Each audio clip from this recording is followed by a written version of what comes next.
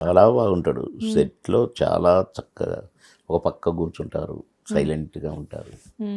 Great great great hero. ఇలాంటి వాళ్ళందరి దగ్గర నుంచి డిసిప్లిన్ చాలా నేర్చుకోవచ్చేమో కదా సార్. అంతేకాదు, అందుకనగా మేము ఎట్లా పడి మాకేం లేదమ్మా, మేము చిన్నోళ్ళమ్మ అని ఉండేది అందుకనే. సో అంతా చాలా బాగుంది సార్. అంటే హీరోలతో హాస్పిటాలిటీ కానీ, హీరోయిన్స్కి ఫ్యాన్ అవ్వడం కానీ అంతా బాగుంది.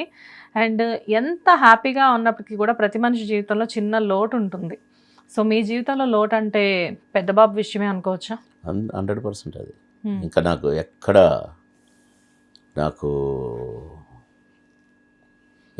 డక్కా ముక్కలు గిక్కా ముక్కలు ఏం లేవు. ఇది ఒకటే పెద్ద డక్కా తగిలేదు నాకు. బాగా బాగా అప్సెట్ అయ్యి ఎవడిగోలో వాడిది. ఆ సినిమా చూస్తే తెలుస్తుంది నేను ఎలా అయిపోయాను. స్కెల్టన్ లాగా అయిపోయింది. అది వర్ణనాతీతం. చిన్నప్పుడు మా అమ్మ చనిపోయినప్పుడు, తర్వాత మా బాబు చనిపోయినప్పుడు, ఈ రెండు నా జీవితంలో మరవలేని కత్తిపోట్లు నాకు. చాలామంది చెప్తుంటారు పెద్ద కొడుకు అంటే చాలా ఇష్టం అని చెప్పేసి.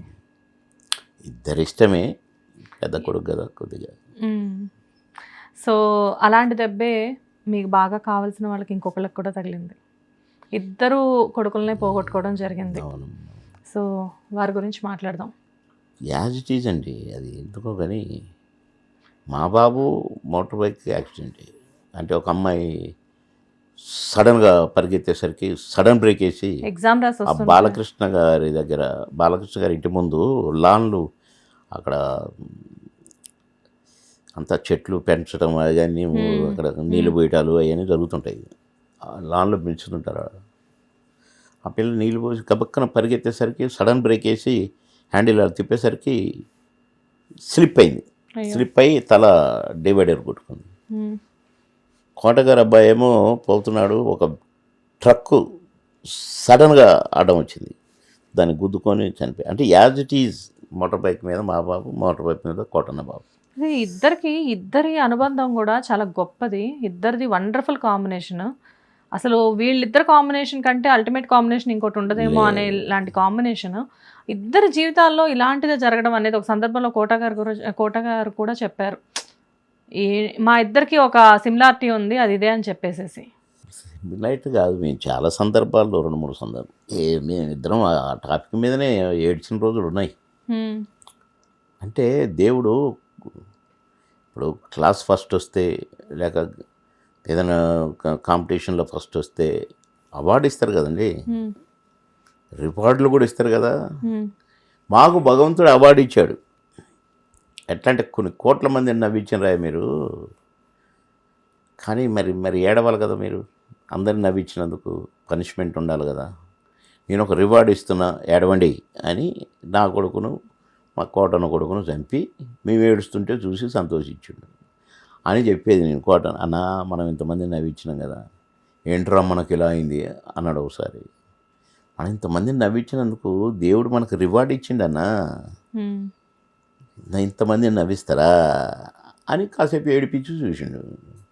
మనం నవ్వించడమే తెలుసు, నవ్వటమే తెలుసు. ఎప్పుడు ఏడవలేదు కదా మనం మన క్యారెక్టర్లు వేసినప్పుడు. కానీ ఏ షూటింగ్లో కాకుండా మనం ఏడిసే సీన్లు రాలేదు కదన్నా. అందుకని నిజ జీవితంలో పెట్టాడు దేవుడు అంటే బాగా అట్లా మేము చాలా సందర్భాలు అనుకునేది. సార్, బాధను పంచుకోవడానికైనా సంతోషాన్ని పంచుకోవడానికైనా మీకు మిగిలిన పెద్దది కాయనే అనుకుంటాను నేను.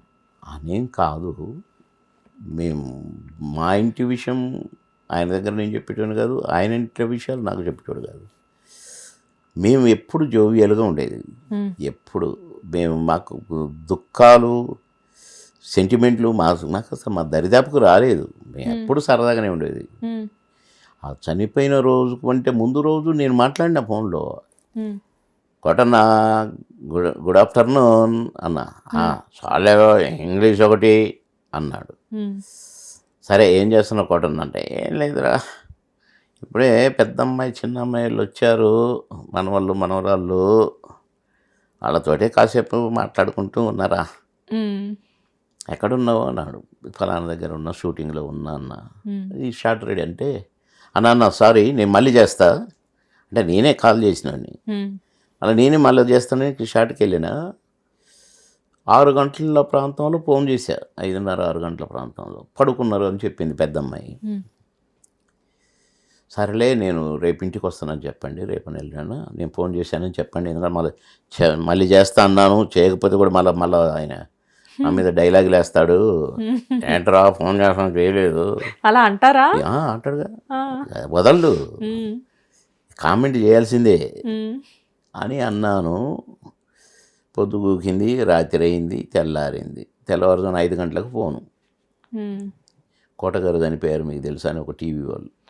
ఇక వస్తూనే ఉన్నాయి ఫోన్లు. ఫోన్ ఆన్ చేసి గబగబా తయారైతే లేడు, వెళ్ళిపోయాడు.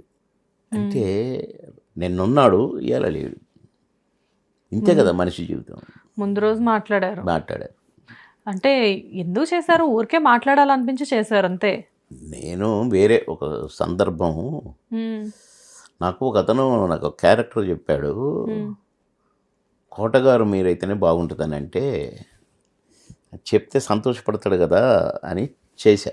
ఆయన మంచంలో పడుకొని ఉంటాడు, కానీ నేను కొడుకుని, నన్ను సాధిస్తూ ఉంటాడు. మంచంలో పడుకుని, అరే నేను లేస్తే మాత్రం నేను తంతరాది, నిన్ను వదిలిపెట్టను రా, నీ సంగతి చెప్తారా, ఇవన్నీ అంటుంటాడట. అట్లా మంచి క్యారెక్టరు, మన ఇద్దరం చేద్దాము అని అనుకొని ఆగక చేశాను, కానీ చెప్పలేదు. మరుసటి రోజు ఇంటికి పోయి చెప్పుదాం మంచిగా వివరంగా అని అనుకున్నా. లేడు, వెళ్ళిపోయాడు. ఇట్లా కోటన్న